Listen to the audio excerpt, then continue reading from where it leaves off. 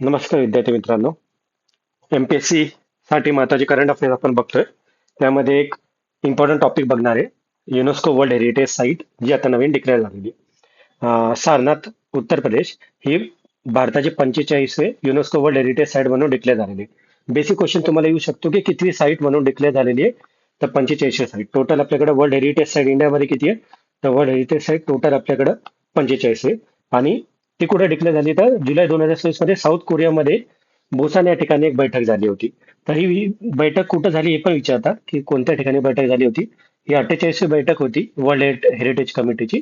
आणि त्यांनी डिक्लेअर केलं की भारताचं 45 जे जागतिक वारसा असेल ते कोणतं असेल? सारनाथ. तर वन लाईनर क्वेश्चन येऊ शकतो. कितवी साईट आहे हे पण विचारू शकता. महत्वाचं काय काय? उत्तर प्रदेश राज्यामध्ये स्थिती आहे, गंगा वाराणसी जवळ. आणि जे बुद्धांचे पहिलं उपदेश आणि बौद्ध संघाची जी स्थापना झाली होती ती या ठिकाणी झाली होती. पण भारताचे 45 वारसा. आता ज्यावेळेस आपण याबद्दल बोलतो ते डिक्लेअर कोणाद्वारे होते? ते UNESCO. Okay, united nation education scientific and culture organisation ही संयुक्त राष्ट्राची संघटना आहे. त्याची स्थापना नोव्हेंबर 1945 मध्ये झाली होती. हेडक्वार्टर लक्षात ठेवा पॅरिस या ठिकाणी. मॅक्झिमम हेडक्वार्टर आपण जिनिव्हामध्ये बघत असतो, बट युनेस्कोचं हेडक्वार्टर पॅरिसमध्ये लक्षात ठेवा. शिक्षण, विज्ञान, सांस्कृतिक संवाद, वारसा आणि शांतता सहकार्यामध्ये महत्वाचा रोल आहे. आणि टोटल 194 सदस्य ऍट प्रेझेंट मध्ये. आणि त्याच्यामध्ये वेगवेगळे हेच काम आहे की वर्ल्ड हेरिटेज साईट घोषित करणे, किंवा इनटँजिबल जे कल्चरल वारसास्थळे असतात त्यांचे संरक्षण करणे, बायोस्फेरिझम प्रोत्साहन करणे त्यासाठी, आणि वेगवेगळे सांस्कृतिक चालना देणे. ही गोष्टी लक्षात ठेवा.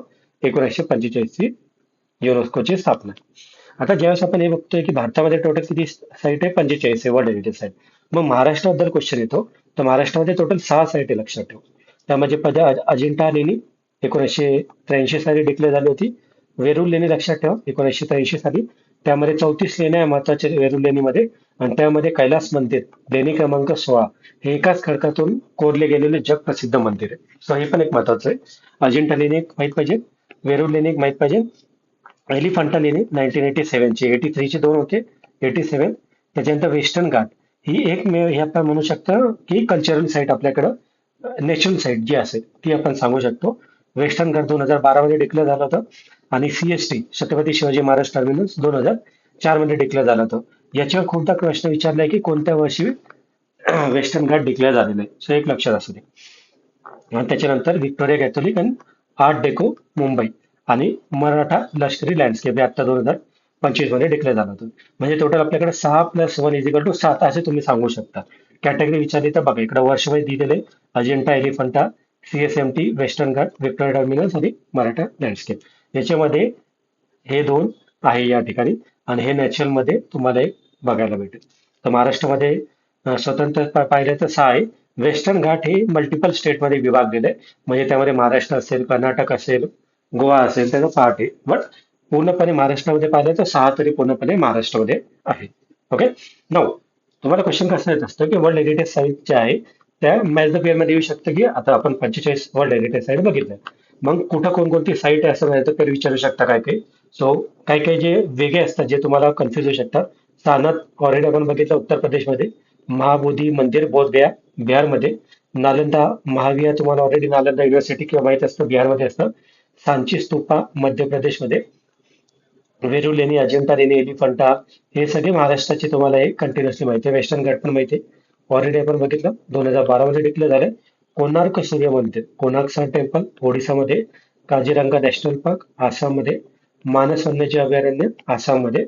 आणि त्यात एक तर बरेचसे बघा या ठिकाणी: सुंदरबन, शांतिनिकेतन वेस्ट बेंगॉल, महाबलीपुरम. हे लिस्ट तुम्हाला या ठिकाणी दिसेल. लाल किल्ला या ठिकाणी तुम्हाला महत्वाचं दिसेल.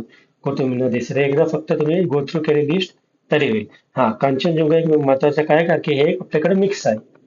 मिक्स साईट आहे म्हणजे आपल्याकडे 3 टाईपचे असतात साईट वगैरे. एक नॅचरल साईट असतात, एक कल्चरल साईट असतात, आणि एक असतं मिक्स साईट. तर मिक्स साईट मध्ये एकमेव असणार कोणते? कांचनजंगा सिक्कीम मधलं. अहमदाबाद मध्ये ऐतिहासिक स्थळ राणी की वाव आणि केवलादेव नॅशनल पार्क. एवढं लक्षात असू द्या. ओके. याचे महत्व तुम्हाला या ठिकाणी दिलेलं आहे की सारनाथचे ऐतिहासिक महत्व काय, बुद्धांच्या संबंधी त्यांचं इनलाइटमेंट जे असेल त्यांचा पहिला उपदेश त्या ठिकाणी डिक्लेअर झाला होता. पहिले जे 5 शिष्य होते त्यांना दीक्षाभर त्या ठिकाणी देण्यात आली होती.